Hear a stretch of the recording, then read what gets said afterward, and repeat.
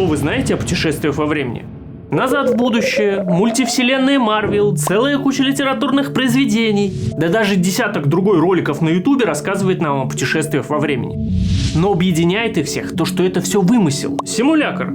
Повод весело провести время, не больше. А сейчас я расскажу вам о реальных путешествиях во времени. Точнее, об одном, и это не просто фото, кадры со старой пленки или первоапрельская статья из старой газеты. Это событие было зафиксировано на пленку, и тут уже никак не отвертеться. Ну и разберемся, как с точки зрения науки это могло произойти. Присаживайтесь поудобнее. Вас ждет настоящее развлекательное шоу для самых умных. Ну, вы же умный человек, правда? Правда ведь, да? Ну так смотрите, это специально для вас и снято. Так, как там в Гарри Поттере было? Портус. Правильно.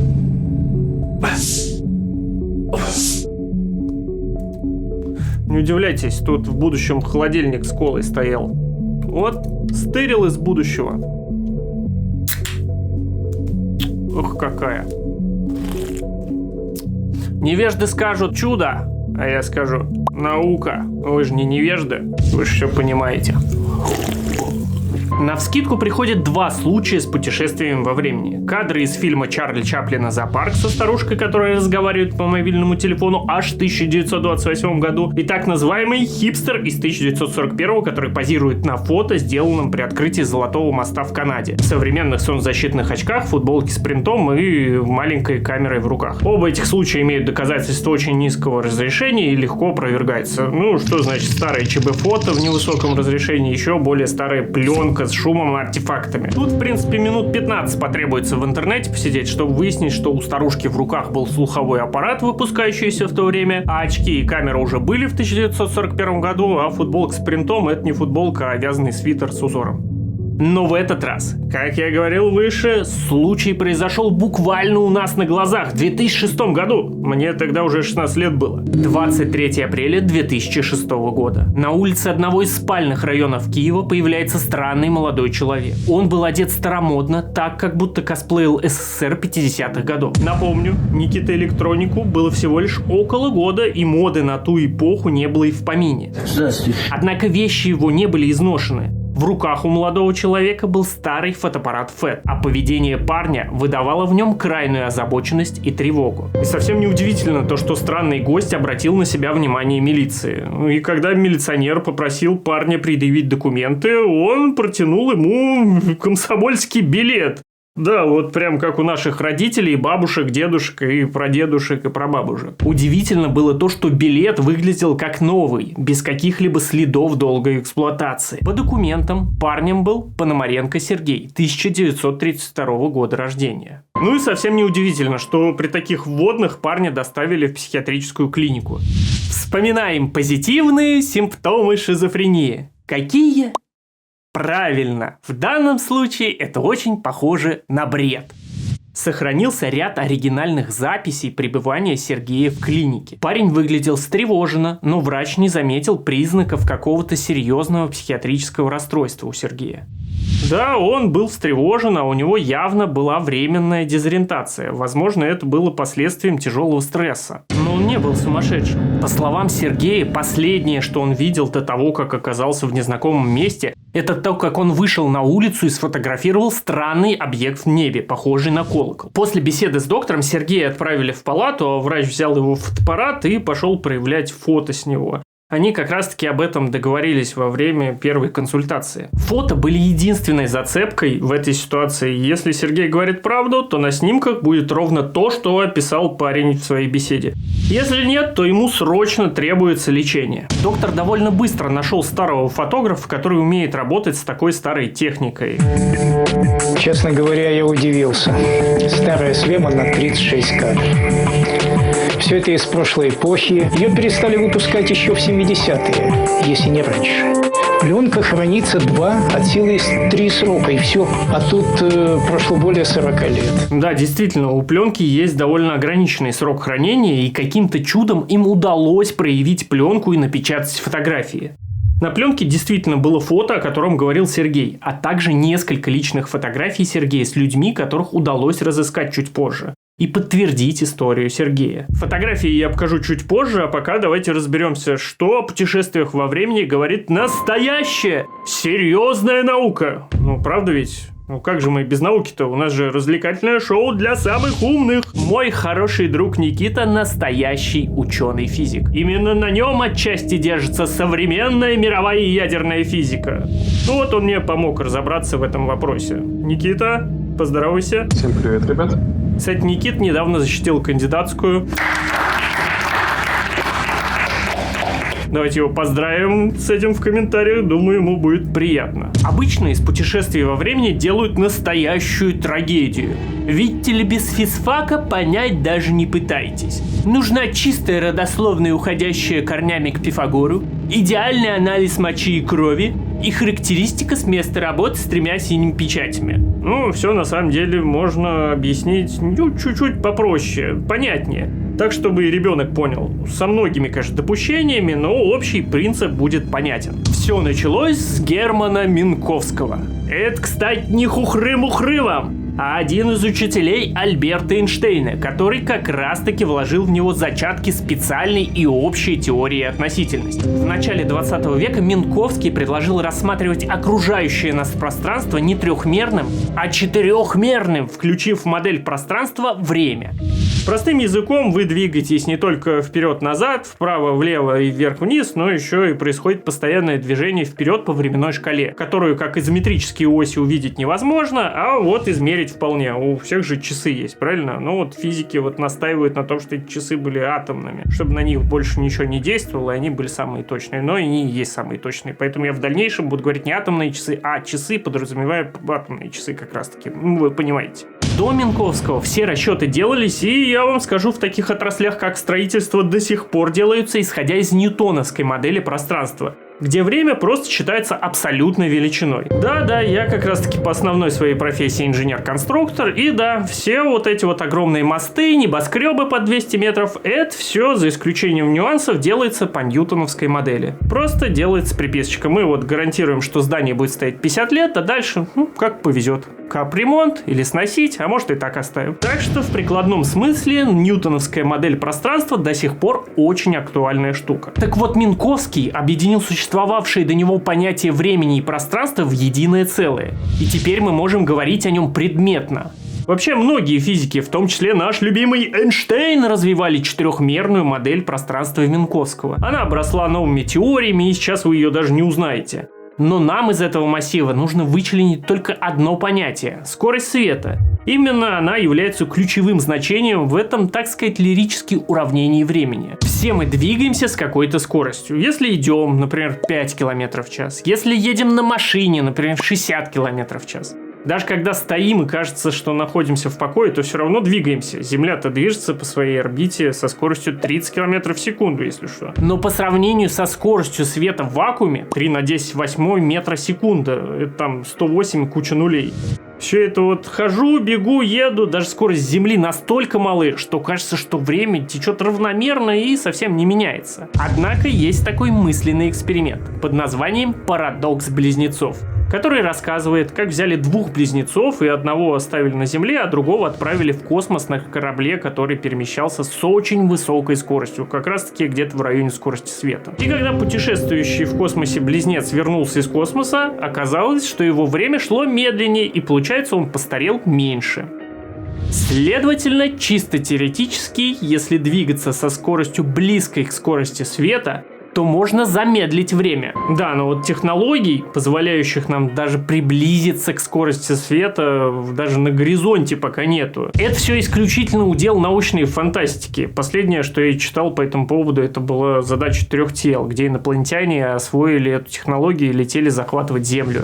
Кстати, не так давно сериал по этой книге вышел от Netflix. Неплохо, я заценил, советую. Вот тут как раз-таки есть один нюанс. Вот эти вот танцы вокруг скорости света не позволяют нам путешествовать в прошлое. Да, замедлить и ускорить время, изменяя скорость, мы можем. А как же вернуться назад-то, а? Тут нам помогают черные дыры. Все помните, как МакКонахи в «Интерстелларе» нырнул в черную дыру и каким-то невообразимым образом очутился в шкафу у дочери. Ну что это такое было-то вот? Ну, сейчас я вам все объясню.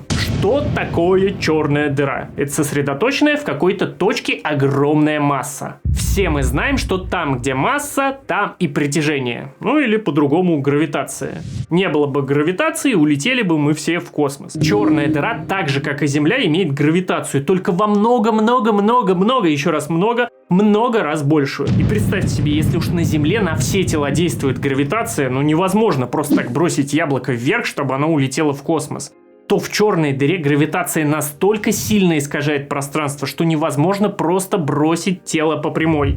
Представьте себе, как будто вы кидаете железный шарик рядом с очень-очень сильным магнитом. Очень я сомневаюсь, что у вас получится кинуть туда, куда вы планировали. Это, конечно, большое упрощение, я его привожу чисто для наглядности. Так вот, гравитация в черной дыре настолько сильна, что не просто действует на все тела, а искривляет пространство. А, как сказал нам Минковский, пространство — это не просто 3 измерения: вверх, вниз, вправо, влево, назад, вперед, но еще и время.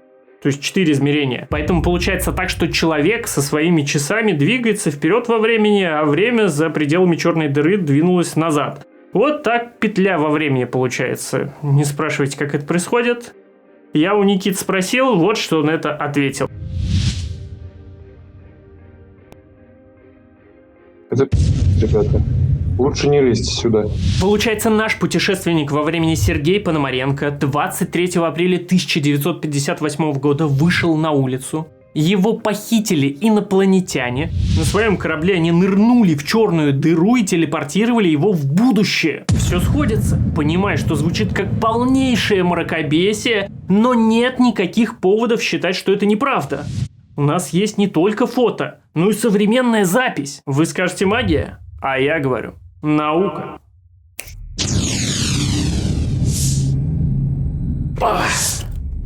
Вот. Именно тот самый фотоаппарат FET, который был в руках у Сергея Пономаренко 23 апреля 2006 года. Сейчас покажу. Оп, секундочку. Смотрите, да? О. FET. Рыжий чехол. Оно. Помните про парадокс этого дедушки? Он говорит нам о том, что можно вернуться в прошлое и дедушку, и не родиться в будущем. Так вот, давайте посмотрим на стоп-кадр. Видите, фотоаппарат пропал. Первая часть «Назад в будущее» была права. Все так и происходит. Вернемся к нашему путешественнику во времени. Мы оставили эту историю на моменте похода к фотографу. И тут нас встречает еще один парадокс. Желатин, на основе которого составляли эмульсию, распадался. А в каком она была состоянии? Судя по снимкам, в отличном. Пленку проявили, и вышло несколько снимков. На первых из них были виды Киева конца 50-х годов. На следующих были личные фото Сергея, где он изображен со своей подругой, которой на тот момент было около 20 лет. И, наконец, самый интригующий. Последний снимок, о котором как раз-таки и рассказывал Сергей доктору. Он зафиксировал неопознанный летающий объект, напоминающий колокол. Это, наверное, единственный в мире психотерапевт, которому предъявили доказательства бредовых слов своего пациента. Представьте, что он на тот момент чувствовал. Так что ж получается, и инопланетяне, что ли, существуют? И что ж тогда все знают, но молчат? Получается, правительство почистило всю информацию, заплатило блогерам за то, чтобы они высмеивали любые упоминания о существовании инопланетян. Хотя никаких точных опровержений существования внеземной цивилизации нет. По-моему, все логично. Получается, мы не просто реальность путешествий во времени тут доказываем, но и существование инопланетян. А что, все сходится. Инопланетяне похитили Сергея, отвезли на летающие тарелки до черной дыры, нырнули туда и, попав в временную петлю, отправили его в будущее. Зачем они это сделали, мы вряд ли сможем выяснить. Но оно нам сегодня и не нужно, мало ли планов у инопланетян. Если следовать дальше по истории, то доктор провел еще одну беседу с Сергеем и рассказал о том, что верит ему. Это был последний раз, когда Сергея засняли на пленку. Сразу после беседы с доктором он зашел в свою палату и исчез, просто растворившись в воздухе из закрытого охраняемого помещения. Ничего не оставалось делать, кроме как продолжить расследование. По анкете, заполненной в клинике, удалось идентифицировать Сергея. Действительно, в милицейских архивах нашлась ориентировка на некого Сергея Пономаренко. По всем описаниям очень похожего на нашего героя. Но только вот есть один нюанс. Ориентировка была не от 1958 года, когда вот он пропал и оказался в 2006. В ориентировке он значился пропавшим без вести с 1978 года. И к делу была приложена фотография человека, очень похожего на Сергея, но выглядящего гораздо старше и с усами. В милицейской ориентировке также был контакт женщины, описавшей исчезновение Сергея. Ей как раз-таки оказалась та девушка с фотографией, Валентина Кулиш, найти которую уже было чисто делом техники. По словам Валентины Петровны, они с Сергеем были хорошими друзьями, но после его исчезновения в 1978 году его посчитали погибшим. Следствие зашло в тупик. Да, удалось выяснить личность путешественника во времени. Но что дальше? Сам-то Сергей пропал. Ни подтвердить, ни опровергнуть реальность происходящего с ним нельзя. Дело было заброшено, и о нем потихоньку стали забывать. Но через 2 года Валентина позвонила врачу, с которым общался Сергей в 2006 году, и сказала, что получила письмо от Сергея с фотографией, на которой был изображен тот самый Сергей из ориентировки от 1978 года. Он находился на правом берегу Днепра. Да только вот сзади него расположены непривычные дома, а небоскребы. Получается, фото пришло к нам из будущего? Это фото привезли нам инопланетяне? Нет. Вообще стоит немного включить логику, насмотренность и поиск по Google картинкам, чтобы понять, что вот это вот здание очень похоже на Empire State Building. А остальные группы небоскребов, скорее всего, скопированы также из Нью-Йорка или Гонконга, например. Не могу не поделиться, сам недавно узнал, что по-белорусски небоскреб — это хмарочес. Хмара, если что, это туча. То есть, дословно, по-русски было бы не небоскреб, а туческреб. Ну или как-то так. Как думаете? Также, если внимательно присмотреться к комсомольскому билету, а точнее к печати на нем, мы увидим, что это просто фотошоп. Но не может печать так выглядеть на фото. Никаких белых участков не может быть. Чаще всего печать просто расплывается. Ну и сам по себе Соломенский район был образован в 2002 году. Никак не в 1950-м. В котором выдан сам билет. Такими темпами я тоже могу быть путешественником во времени. Ну что, фотоаппарат FET у меня уже есть. Фото из будущего. И документ вам в доказательство. А вот вам история с пленкой Свема, которую якобы и в 90-х было тяжело найти где-то.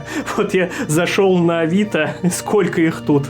Ну, сами смотрите. Ну и самым очевидным доказательством, говорящим о том, что вся эта история чушь собачья, является то, что данное расследование, я его, кстати, целиком выложу у себя в телеграм-канале, было выпущено в рамках цикла передач под названием «Пришельцы» на украинском телеканале 1+1 в 2012 году. И прямо в дисклеймере говорится, что тема спорная и требует дальнейших научных исследований. Такая вот битва экстрасенсов или необъяснимо, но факт. Да, там и в титрах, кстати, кастинг-менеджер указан. На мой взгляд, так, на 3 справился. Актеры прямо, так сказать, не очень-то и играют. То ли люди менее придирчивые были, то ли я немножко. Короче говоря, просто взяли и сняли постановочную передачу с постановочными актерами. И вполне себе, кстати, неплохо вышло для 2012 года. Вы можете меня спросить, зачем я вам все это рассказывал? Так, ребят, вы теперь в принципе понимаете механизм перемещений во времени. Просто и на пальцах. Кто же вам еще объяснить-то так мог? А то все обмажутся профессиональными терминами и давай из себя умников строить. Вспоминайте «Интерстеллар». Вы же теперь знаете, что там в этом фильме происходило. Фильм-то 3 часа, а вы за короткий ролик на ютубе все поняли. Отлично, по-моему. Ну и есть вторая теория. Это все правда, а мне просто заплатило мировое правительство, и я просто в очередной раз хитроумным образом скрываю тайну о пришельцах и путешественниках во времени. В любом случае, решать вам. Hasta la vista, baby.